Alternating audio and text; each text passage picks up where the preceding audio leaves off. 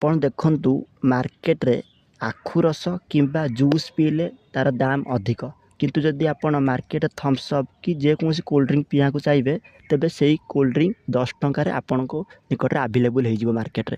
ସେଥିପାଇଁ ଆପଣ ଦେଖନ୍ତୁ ଟେଷ୍ଟ ଫ୍ଲେଭର ପାଇଁ ଏବଂ ଖରାରୁ ବଞ୍ଚିବା ପାଇଁ ଲୋକମାନେ ଆଜିକାଲି ଏଇଭଳି ନାନା ପ୍ରକାରର କୋଲ୍ଡ ଡ୍ରିଙ୍କ ପିଉଛନ୍ତି।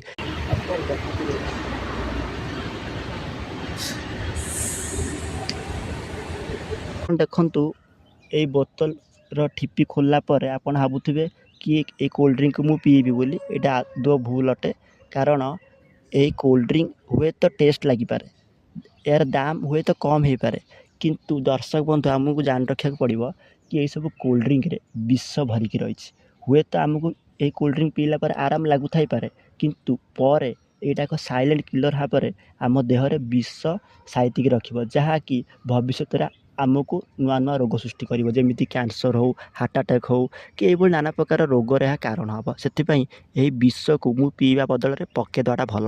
ଏବଂ ଏହି ପକାଇବାର ମୁଖ୍ୟ କାରଣ ହେଉଛି ଯେଉଁ ଲୋକମାନେ ବି ଏ ଭିଡ଼ିଓ ଦେଖୁଛନ୍ତି କିଛି ସଚେତନ ହୁଅନ୍ତୁ କି ଏ 20 ଟଙ୍କିଆ ଥମ୍ସ ଅପ୍ ମୁଁ କିଣିକି ନ ପିଇକି ଆକୁ ପକାଉଛି କେଉଁଠି ନା ବାହାର ଜାଗାରେ, କାରଣ ବିଷକୁ କେବେ ପିଇବା ଉଚିତ ନୁହେଁ। ବିଷର କାମ ହେଉଛି ତଳେ ଢାଳିବା, ବିଷର କାମ ହେଉଛି ବାହାରେ ତାକୁ ନଷ୍ଟ କରିବା, ଯାହା ମୁଁ କରୁଛି।